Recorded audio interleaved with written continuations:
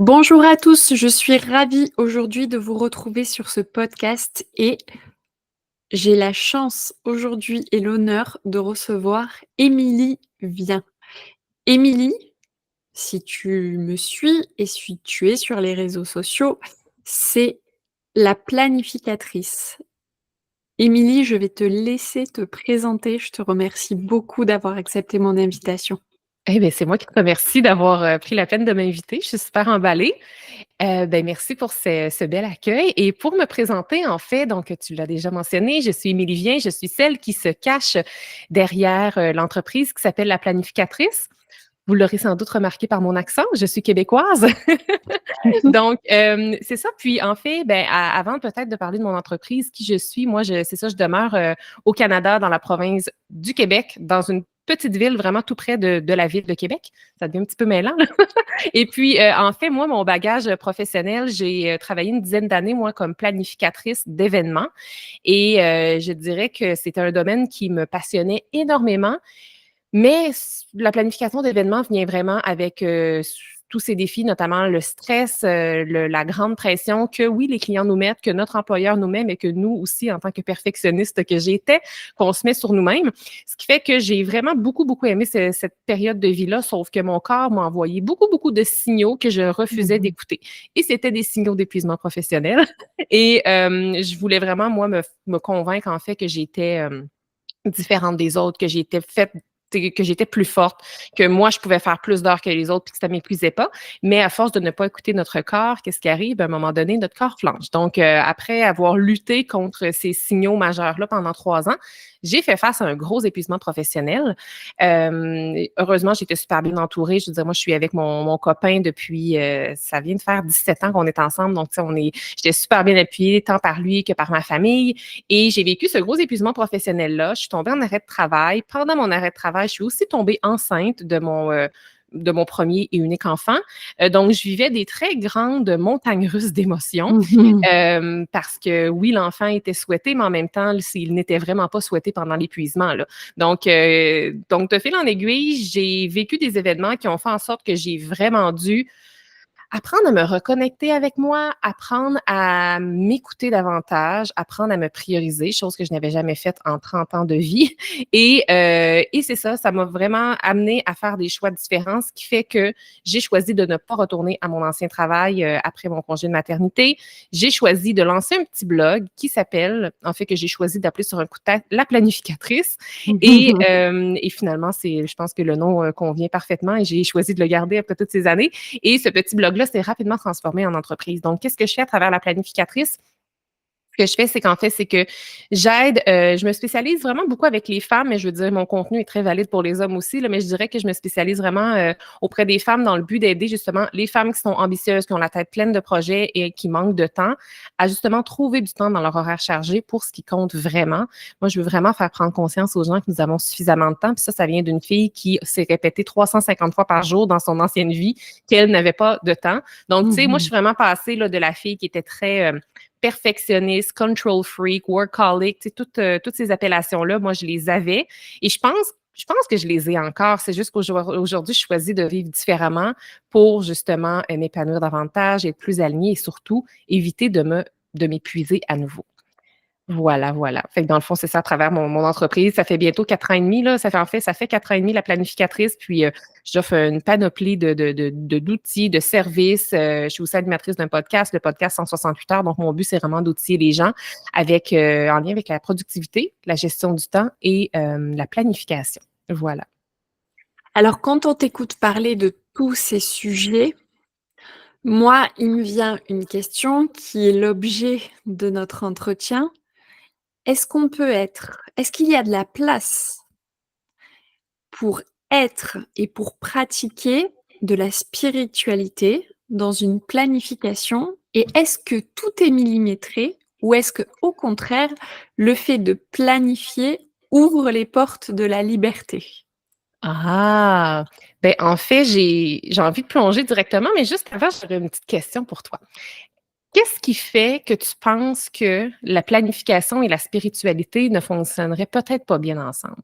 Qu'est-ce qui Alors moi, je Oui. sais que ça fonctionne parce que Parce que je te suis depuis longtemps, que j'ai écouté de nombreux, podcasts, mais la plupart de mes clientes Ah! me sont très dans le faire, dans l'action et pas dans ce qui, au final, est le plus productif, de se stopper et de dire: «Bon là, maintenant, il va falloir que je planifie du temps pour moi, du temps de qualité» et ça bien évidemment que ça passe par le sport. On pense toujours à planifier, ses entraînements, mais on pense pas à planifier, par exemple, ses méditations, ses lectures, son temps pour ses visualisations, pour ses affirmations et j'aimerais avoir ton avis Oui. là-dessus, si tu as des routines, comment tu fonctionnes là-dessus?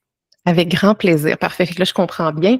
Ben, en fait, je pense que tu as posé la question puis tu as un peu révélé la réponse. Est-ce que la planification serait un peu le secret de la liberté?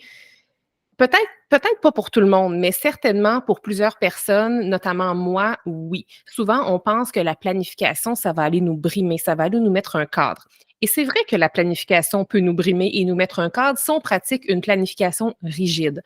Moi, je suis vraiment à l'opposé au sens où j'ai déjà planifié de façon très rigide, mais je me suis rendu compte que c'était vraiment pas aligné avec moi. Moi, si on regarde mes valeurs fondamentales, là, dans le top 3, on retrouve la liberté. Donc, pour moi, bien que je prône la planification, c'est hyper important pour moi de me sentir libre dans ma planification. Mais je suis aussi, ce qui fait que, en fait, petit truc comme ça, là, moi, ce que je fais, c'est que je fais beaucoup aérer ma planification. Je me boucle pas au quart de tour, tu sais, je suis pas aux 15 minutes près, là, parce que ça, pour moi, ça serait trop rigide. Mais il y en a qui sont très confortables dans cette forme de rigidité-là. Et si jamais il y en a qui nous écoutent et qui se reconnaissent, ben continuez à planifier de cette façon-là. Moi, par exemple, c'est pas vraiment ma méthode d'enseignement, c'est pas vraiment mon approche. Moi, je suis vraiment plus dans la flexibilité pour justement qu'on ait du plaisir. Puis moi, ce que j'aime enseigner aux gens, c'est pas juste de planifier pour planifier. Moi, je veux enseigner aux gens à planifier ce qu'ils ont envie de faire, pas juste ce qu'on doit faire. Parce que souvent, tu sais, nos journées, Mmh. c'est une répétition de toutes des tâches qu'on doit faire. Il faut faire le lavage, il faut faire le ménage, après ça au travail, il faut répondre aux courriels, il faut faire ci. Mais tant dans notre vie personnelle que professionnelle, ça vaut la peine de se poser la question à savoir qu'est-ce que j'ai envie de faire. Parce que si on ne planifie pas les choses qu'on a envie de faire, ben à la fin du mois, puis à la fin de l'année, puis dans 5 ans, on va se reparler, puis les discussions n'auront pas changé, puis on va encore avoir l'impression de manquer de temps, on va encore avoir l'impression de ne pas s'épanouir. Puis là, on va regarder les gens autour de nous puis dire ah oui, ben elle, on sait, elle est plus chanceuse que moi, je sais pas, elle a plus de moyens financiers. Ah ben elle, elle est plus chanceuse parce qu'elle est dans une ville où c'est plus facile de développer ses projets. On va se trouver on va vraiment aller se victimiser, en fait. Puis la victimisation, c'est lorsqu'on essaie de trouver des éléments qui sont externes, qui viennent affecter notre vie. Sauf qu'au final, on est responsable. Tu sais, faut se responsabiliser. Puis je trouve qu'il y a une merveilleuse façon de se responsabiliser dans le but de s'épanouir et d'arrêter de se comparer aux autres négativement, c'est justement d'aller planifier consciemment à l'horaire des choses qu'on a envie de faire.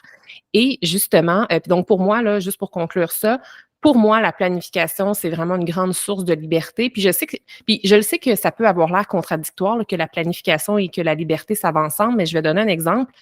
Moi, je me priorise toujours à mon horaire. Je priorise dans mon agenda. Ben, je dis mon horaire, je pense qu'en France, vous dites plus le planning. Oui, oui, mais mon horaire, c'est correct. Bon, OK. après, j'écoute tellement, je suis tellement baignée dans ta culture que pour moi, c'est OK. Mais mais c'est vrai que mais on comprend très bien, c'est du français aussi, enfin. Oui, ben oui, je sais, mais en tout cas, n'hésite pas si tu dois traduire des mots. Là, je sais qu'on a des fois des petites expressions distinctes, là, mais C'est le ah, charme de tout ça, c'est voilà, ne merci. change rien. Parfait. Donc, justement, c'est ça, dans mon horaire, dans mon planning, je me priorise toujours. Puis, oui, je vais me prioriser en mettant du temps pour moi parce que j'ai trop longtemps, tu sais, moi, dans mon ancienne carrière, avant de faire mon épuisement, une des raisons, il y a plusieurs raisons qui ont fait que je me suis rendue à l'épuisement professionnel, mais une des principales raisons, c'est que de un, j'étais pas alignée avec mes valeurs et deuxièmement, c'est que je ne me priorisais pas à mon horaire. Je donnais mon temps et mon énergie à tout le monde, à tous les autres projets, puis quand j'arrivais pour moi, ben mon verre était vide, il me restait plus rien. Donc, c'est ça. Donc, oui, je me priorise du temps personnel à mon horaire, mais également, je priorise mes projets, je priorise mes choses à moi. Ce qui fait que après ça, quand tout le reste de la vie veut s'imposer dans mon horaire, bien, si moi, je me suis déjà prévu du temps pour mes projets puis mes plages horaires à moi, eh bien, c'est plus facile de dire non parce qu'on a déjà quelque chose de planifié. Puis, en même temps, la liberté, tu sais, Oui, je pense que la liberté, je pense que chacun peut faire l'exercice d'écrire sa propre définition de la liberté parce que je crois que c'est différent pour tout le monde. Mais de façon générale, souvent, la liberté, c'est de dire, hey, je me lève puis je choisis qu'est-ce que je fais. Ou je fais ce que je veux de ma vie, je pars quand je veux, je fais vraiment ce que je veux. Et oui, ça, c'est vraiment, je pense, un aspect fondamental de la liberté. Puis ça, je me reconnais beaucoup dans ce genre de définition-là. Mais la liberté aussi, si on veut arriver à faire ce qu'on veut, ou peut-être le planifier, parce que si c'est pas planifié, c'est un peu comme si ça n'existait pas. Tu sais, moi, je trouve que la planification, c'est comme si on part de l'imaginaire puis on l'entre dans le concret. Parce que si on prend un agenda papier puis on l'écrit, c'est comme si ça va concrétiser un projet qui est Mmh. encore inconcret, tu sais. Fait que voilà. Puis après ça, pour revenir un petit peu à ce que tu disais tantôt, à ton questionnement, puis à ta phrase que tu disais que les gens souvent vont penser à planifier le sport, mais pas nécessairement leur méditation et leur rituel. Moi, je dirais que une grande partie, une des principales choses qui m'a vraiment permis de complètement changer de vie, là, parce qu'il y a 5 ans, j'étais dans une vie complètement différente et je n'étais clairement pas aussi posée et épanouie que je le suis aujourd'hui. Et moi, la clé a été de commencer à prioriser du temps pour moi. Et notamment, moi, tu as sûrement lu le livre Le Miracle Morning. Tout se joue Oui. avant 8 heures. Bon, ou en Mmh tout cas, mh. si tu ne l'as pas lu, j'imagine que tu dois connaître The Miracle Morning. Moi, j'avais vu ce conférencier-là en conférence. J'ai ensuite acheté son livre. Je l'ai lu. Ça m'a vraiment motivée à développer une routine pour moi, une routine personnelle pour moi. Et à ce moment-là, il y a 5 ans, j'étais vraiment maman d'un jeune bébé. J'étais très accaparée par ma nouvelle vie de maman et je manquais cruellement de temps pour moi, ce qui fait que j'ai commencé à me prioriser en planifiant justement mon rituel matinal. Donc moi, la première chose que j'ai planifiée, c'est ça. Et ça a littéralement changé ma vie. Je sais que ça peut sembler très cliché, mais de développer cette petite période de temps, puis c'était juste 1 heure dans ma journée, mais moi, c'était suffisant pour remplir mon verre et ainsi faire face avec beaucoup plus de positivité et de patience à ce que la vie allait m'envoyer pour le reste de la journée. Donc moi, je me levais un petit peu plus tôt, puis pendant 1 heure, c'était vraiment sacré pour moi. Mon conjoint savait, là, comme si mon bébé se réveillait ou quoi que ce soit, je n'étais pas disponible pendant cette heure-là. C'était du temps qui était pour moi. Fait que, tu sais, moi, ce que je faisais, ben là, je faisais vraiment le Miracle Morning à l'époque. Donc, il y a comme 6 choses. J'écrivais, je visualisais, je méditais, je faisais des étirements. Eux, ils suggèrent l'exercice. Là. Moi, l'exercice Mmh. est plus un défi pour moi, fait que je faisais plus des étirements. Je faisais également de l'écriture et je lisais des affirmations. Puis dans toutes ces choses-là, moi, la chose qui m'a le plus aidée et aussi à passer à travers mon épuisement, là, c'est vraiment la méditation. Moi, la méditation, avant, ça me faisait un petit peu, ça m'intimidait. Et puis, finalement, lorsqu'on comprend vraiment c'est quoi, on comprend qu'on n'a pas besoin d'allumer des chandelles, de s'asseoir en Bouddha. On peut le faire, là, mais c'est pas une obligation, là. Tu sais, je pensais que c'était plus complexe et je pensais qu'il fallait que ce soit long aussi, la méditation, alors que la puissance de la méditation, c'est dans la constance, c'est pas dans la durée qu'on le fait, tu sais. Fait que, ouais, donc, moi, personnellement, je l'ai planifié et de le planifier, ça m'a vraiment permis de transformer ma vie, notamment parce que, tu sais, dans le brouhaha quotidien, c'est très difficile d'être en absence de bruit. Puis là, je fais pas juste allusion au bruit littéraire, là, comme, tu Mmh sais, mh. le bruit ambiant, oui, mais le bruit mental, c'est aussi, Mmh. sinon plus bruyant que le bruit de notre environnement. Et ça, de se retrouver chaque jour avec moi, ça m'a permis de me connecter avec vraiment qui j'étais réellement. Puis ça, je l'avais jamais fait avant. Mmh. On est d'accord que ça apporte une telle clarté Ah, dans tellement! ouais. Puis c'est ça, tu l'as dit, le mot clarté, les gens sont à la recherche de clarté. Puis je ne sais pas si c'est l'ère dans laquelle on se trouve présentement ou le groupe d'âge de gens avec qui je me tiens, mais les gens, là, ils ont une soif de clarté et mais en même temps, ils ne se donnent pas l'occasion d'entendre cette clarté-là parce qu'ils sont toujours en train de faire des choses, puis ils sont dans le brouhaha quotidien, mais pour être capable d'écouter cette clarté-là, de la comprendre puis de la voir, puis en même temps, ça ne va pas arriver un jour, nécessairement du jour au lendemain, que tout on va passer de 0 à 100% clair. Tu sais, souvent, c'est un accueil qu'on va, tu sais, il faut s'ouvrir tranquillement, puis à un moment donné, le brouillard va se dissiper, mais pour ça, il faut créer des moments pour ça. Faut se Mmh. créer de l'espace.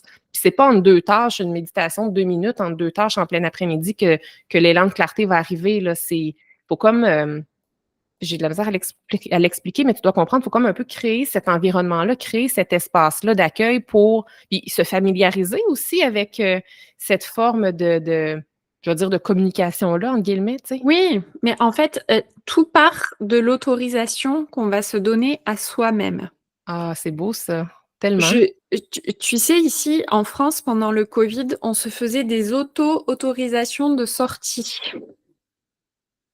Donc on s'imprimait son petit papier, on cochait des cases pour dire qu'on allait faire les courses, donc c'était un besoin vital, donc on avait le droit d'y aller pendant 1 heure et on se remplissait ces autorisations de sortie. Ça m'a toujours beaucoup fait rire, ça continue à me faire rire, mais je me rends compte qu'on peut vraiment, en planifiant, mais se donner l'autorisation de se prioriser et ça, c'est d'une puissance incroyable. Et il y a une chose qui est primordiale que moi je vis tous les jours et c'est un combat que je mène tous les jours en tant que femme entrepreneur.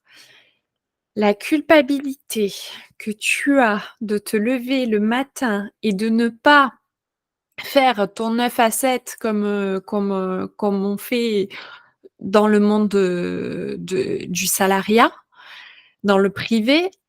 Cette culpabilité-là que tu as à te dire: «Bah, OK, je vais me lever, bah, peut-être que je vais commencer qu'à à travailler et à être effectif qu'à 10 heures du matin, mais par contre, j'aurais vécu ma journée jusqu'à 10 heures et c'est OK et à 10 heures, quand je vais me mettre à bosser, beh, je vais fournir un travail en 2 heures ou 3 heures de temps qui va valoir beaucoup plus que tout ce que j'aurais mis à faire, peut-être même pendant toute la semaine, en fait.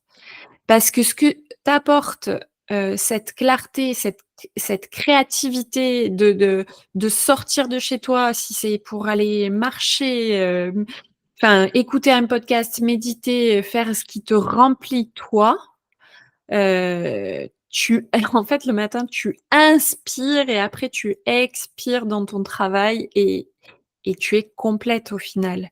Et effectivement, on parle de clarté et c'est ce que tout le monde recherche, mais tout le monde la recherche au mauvais endroit, c'est-à-dire à l'extérieur.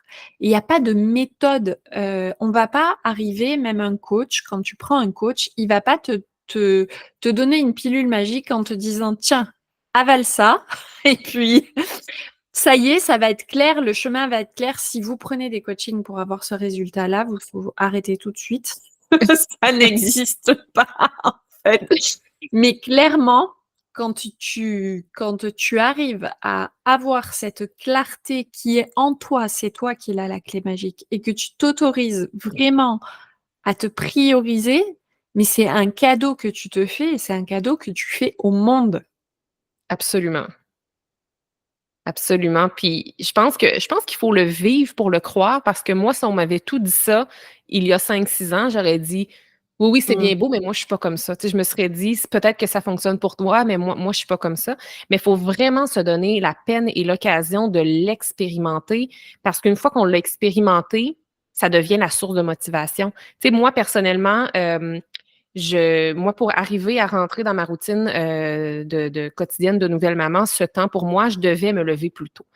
Donc, ça me tentait pas de me lever plus tôt, là, pas tu sais, j'avais un bébé qui faisait même pas ses nuits. Puis là, je dis ça, Oui. je recommande pas nécessairement aux gens de faire ça, mais moi, j'avais vraiment ce besoin criant-là, donc je choisissais de me lever plus tôt malgré tout et en fait, ça allait m'énergiser. Tu sais, je veux dire, l'énergie, ça vient oui, il y a l'énergie physique qu'il faut aller chercher avec le sommeil, avec une saine alimentation, mais l'énergie, on peut aller la chercher d'un paquet d'autres choses, d'un paquet d'autres façons. Et moi, en ayant cette forme-là de temps personnel pour moi, ça m'énergisait. Et moi, en me levant plus tôt, hey, je sais pas pantoute où je m'en allais. J'ai comme perdu mon idée.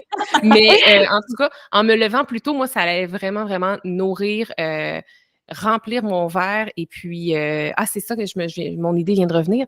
Ça me tentait pas de me lever plus tôt, sauf que, après 5, 6 jours de vivre cette expérience-là de temps seul avec moi-même et de comprendre l'énergie que ça me donnait, la patience que ça me donnait, puis que tu l'as dit tantôt d'une très belle façon, c'est comme si on devient complète. Ben, après ça, quand le cadran sonnait très tôt, ben, je me posais même plus de questions. J'avais déjà hâte de me lever, même si j'étais encore fatiguée parce que je savais que j'allais comme me donner un cadeau finalement. Tu sais, tout le monde voudrait se lever pour un cadeau, hein, tu sais. On sait qu'il y a un cadeau qui nous attend. Ben là, c'est pas un cadeau que je déballais en soi comme à Noël, sauf que c'était un cadeau que je m'offrais à chaque jour en m'offrant du temps pour moi. Mais oui. Et alors, il y a un truc aussi, moi, il y a un phénomène qui me touche et puis en ce moment, j'arrive pas. Il faut absolument que je me mette au travail tout de suite quand je me lève. Et je me dis que c'est bien correct, que c'est un truc que je fais parce que je traverse cette phase et que c'est OK parce que même si on planifie, même si on veut tout faire tout bien, avoir une bonne routine, tatati tatata, toutes les belles histoires qu'on raconte et qui sont vraies, bah, il y a des moments où, bah, tu es comme tout le monde, quoi. Tu as juste envie de te lever, de rester en pyjama toute la journée parce que peut-être tu es dans ton SPM, peut-être Ouais. tu traverses un truc, peut-être que tu as une problématique à régler. Moi, en ce moment, je sais que c'est comme ça, mais je sais aussi qu'il va falloir que ça change et que je m'écoute et que demain matin, j'aille faire ma routine à l'extérieur et que je sorte pour aller chercher ma clarté parce que très clairement, je vais la chercher, ma clarté. Vraiment, c'est vraiment ce temps-là où je me lève. En plus, j'ai la chance d'habiter au bord de la mer, donc je me Mmh. lève, je vais au bord de la plage, je vois le soleil qui se lève et à ce moment-là, c'est là que j'ai mes meilleurs éclairs de génie et c'est comme si et tout le reste du temps là, c'est comme si j'essayais de viser quelque chose en face de moi, mais j'avais pas de cible. Ah oui, très belle analogie. Mmh. Et quand tu es dans une entreprise et que tu veux sortir un projet et que tu travailles là-dessus, tu travailles là-dessus, tu travailles là-dessus, mais si tu sais pas où viser au final, ça va rien t'apporter. Donc vraiment ce temps-là, ça c'est à la fois simple et difficile à appliquer. C'est ça qui est terrible. C'est qu'à la fois, c'est très simple de se dire: «Ben, je me lève, je m'habille, je sors, je vais faire ma méditation, mon écriture et tout». C'est simple, mais Ouais. on a un cerveau qui est là pour nous empêcher de faire ça et c'est là où réside tout. C'est que faut pas chercher la motivation pour le faire, mais la discipline et ça, Mmh. c'est vraiment pas un gros mot, la discipline et c'est pour ça que le planifier, j'imagine que quand tu l'écris, ça le porte à ta conscience et ça facilite vraiment les choses. Et toi qui es spécialiste là-dedans, qu'est-ce que ça te fait de remplir ton agenda? Et parce que tu as créé un magnifique outil qui est là, Oui! à côté de moi, qui est arrivé en Corse avec mon facteur ici, là. Et cet outil, il est fabuleux.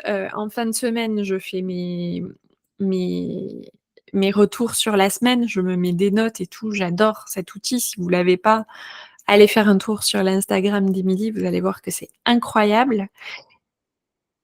Quand tu as créé ça, est-ce que tu as réalisé toute l'ampleur que ça allait avoir? Non, je n'avais pas réalisé lorsque je l'ai créé il y a 4 ans, toute l'ampleur que ça allait avoir parce que d'abord et avant tout, moi, cet agenda-là, je l'ai créé pour moi.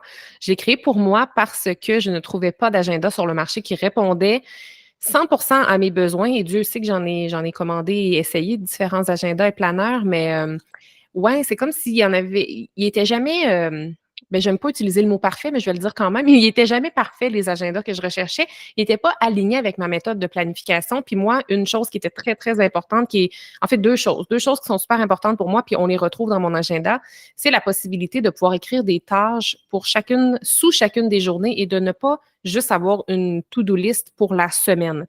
Parce que quand on veut être efficace et avoir, se bâtir des journées réalistes, c'est super important de définir en avance les tâches qu'on va faire. Tu sais, on le fait instinctivement pour les rendez-vous. On sait nos rendez-vous sont quand, on connaît la durée de nos rendez-vous, mais après ça, on ne sait pas pour nos tâches. Souvent, on va comme se promener avec une to-do list de 75 tâches pour la semaine. Puis clairement, c'est impossible de faire 75 tâches dans une semaine, mais nous, on pense que c'est possible. Fait que là, qu'est-ce qui arrive à la fin de la semaine? Bien là, on n'est pas satisfait de nous. Donc, moi, c'était important pour moi de créer un agenda qui permettait ça. Je voulais aussi que le samedi et le dimanche soient souvent sont restreints, là, Mmh, mmh mh. les horaires et les tâches pour le samedi et le dimanche, alors que c'est des journées entières, là. Fait que moi, pour moi, c'est important de les laisser entières. Et je voulais aussi intégrer de l'introspection dans la planification parce que, comme je l'ai dit un petit peu plus tôt dans l'épisode, je veux pas juste enseigner aux gens à planifier pour planifier, je veux leur enseigner à planifier consciemment pour qu'ils se sentent accomplis à la fin de leur semaine, à la fin de leur année, qu'ils aient l'impression d'avoir avancé leur but, leur rêve, leur objectif. Et pour ça, ben, ça prend un minimum d'introspection. Il faut évaluer, est-ce que ma semaine s'est bien passée? Oui, pourquoi? Non, pourquoi? Après ça, même chose pour les objectifs qu'on se fixe en début d'année. J'ai des petits exercices d'introspection au début.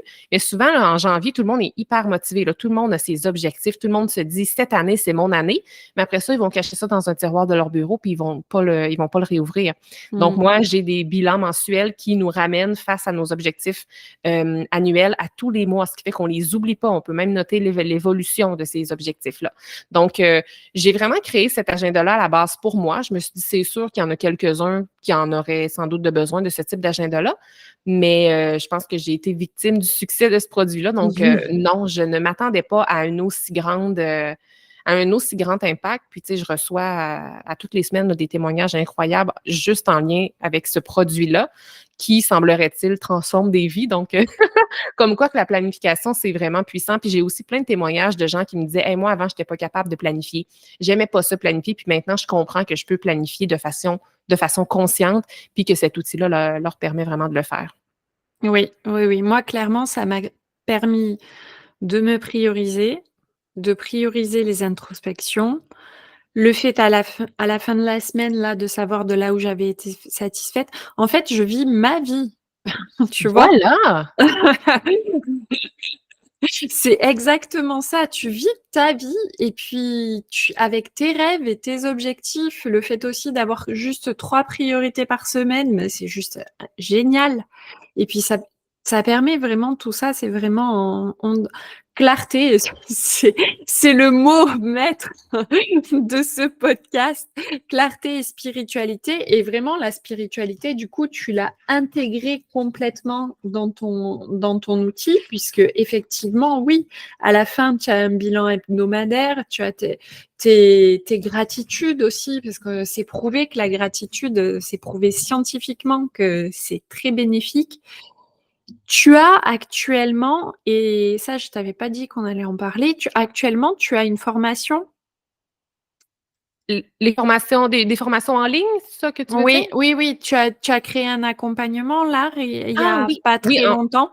ouais, donc en fait, ouais, j'ai 2 choses. J'ai des formations en ligne, ça, j'en ai 4 et les formations en ligne sont un peu des produits au sens où les gens les achètent quand ils veulent. C'est en ligne, puis ils le suivent à leur propre rythme. Donc, c'est vraiment pour les autodidactes. Mais sinon, oui, récemment, dans le fond, moi, depuis mes débuts, j'avais un service d'accompagnement, mais là, il a été vraiment complètement revampé, là. Donc là, c'est vraiment une version 2.0 qui a été lancée justement le mois dernier. Donc, c'est un programme d'accompagnement qui s'appelle le programme d'accompagnement Croissance. Donc, c'est vraiment une super belle. C'est un programme, en fait, qui est sur 6 ou 12 mois à la guise des gens. Puis, c'est vraiment un programme ultra complet qui va vraiment aider. Puis, justement, on parle de clarté. Là, on va vraiment aller Mmh. explorer 3 grands piliers, notamment la clarté, ensuite la gestion des priorités et finalement la planification. Puis, ça inclut un paquet d'affaires, mais principalement, il y a du coaching individuel, il y a du coaching de groupe, donc une super belle communauté qui se soutient. C'est vraiment très puissant.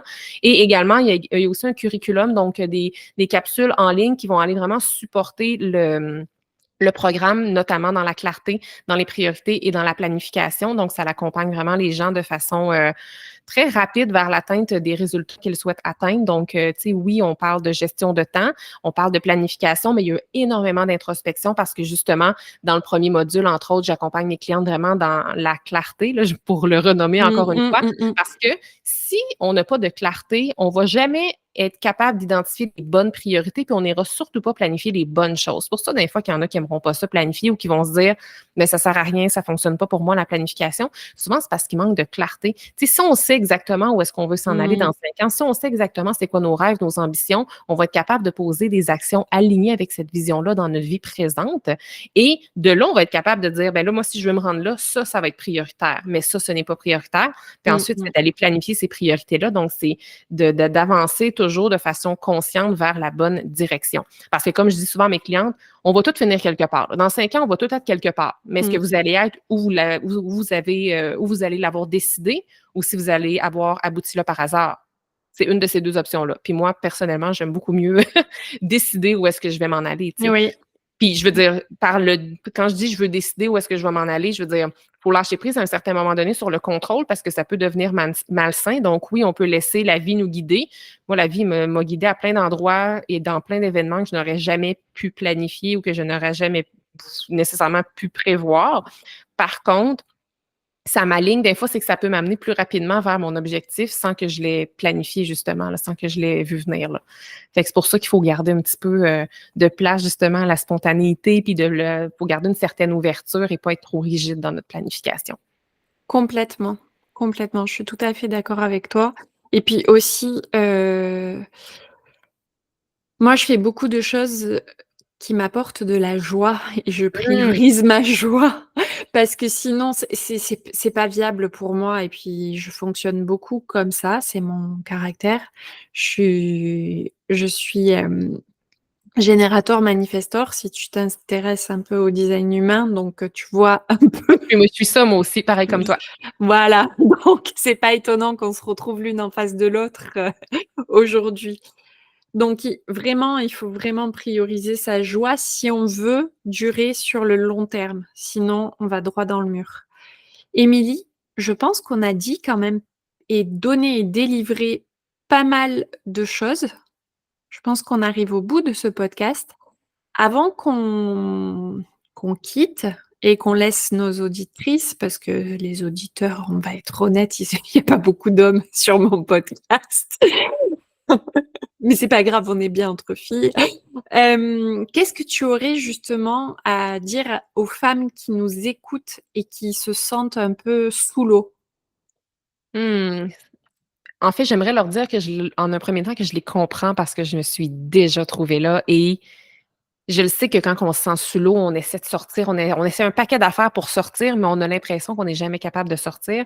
Donc je vous comprends et à ceci, j'aurais envie de vous dire, donnez-vous la chance d'essayer de vous prioriser. Puis ça n'a pas besoin d'être 1 heure par jour. Si c'est 20 minutes par jour, c'est déjà un grand pas et pour être capable justement, comme on disait plus tôt, d'essayer de se retrouver, de trouver un petit peu de clarté, il faut faire le bruit mental Mmh. et pour ça, il faut créer des moments, il faut créer de l'espace pour ça, il faut se donner la chance et des fois, on se dit: «On n'a pas le temps, j'ai pas le temps parce que j'ai des enfants, j'ai pas le temps parce que j'ai mon travail, j'ai pas le temps, j'ai pas le temps». La vérité, c'est qu'on a tous suffisamment de temps, c'est souvent juste une question de priorité donc tu sais, donnez-vous la chance de vous prioriser, de le mettre et comme tu le disais tantôt justement Sophie, tout le monde va en bénéficier. Votre travail va être juste mieux fait, votre famille, votre partenaire, tout le monde va être mieux servi si vous vous priorisez vous d'abord. Mais faut se donner la chance de l'essayer pour comprendre, je pense. Fait que ça serait vraiment, mon petit mot de la fin. Oui, oui, il faut vraiment se donner l'autorisation d'essayer. Exact. Exact. Parce que souvent, comme tu disais et tu as fait un beau truc, on s'agite. C'est vrai que quand on va pour se noyer, la meilleure des choses à faire, c'est de lâcher prise et de se laisser flotter et c'est pas justement, effectivement, en s'agitant dans tous les sens qu'on va régler la solution. Mais Exactement. merci. Merci beaucoup, Émilie, d'avoir Merci à été avec toi. nous sur ce podcast à l'autre bout du monde, au final. On se retrouve, très bientôt. Merci à tous d'avoir été à l'écoute et Émilie et moi, on mérite un beau 5 étoiles. Alors surtout, hésitez pas à aller commenter ce podcast, à vous abonner pour ne rien rater. Je mettrai toutes les descriptions, les liens pour te retrouver sur Instagram et les liens vers ton podcast. Je t'embrasse Émilie, je te remercie beaucoup. Moi aussi, merci à toi. Merci.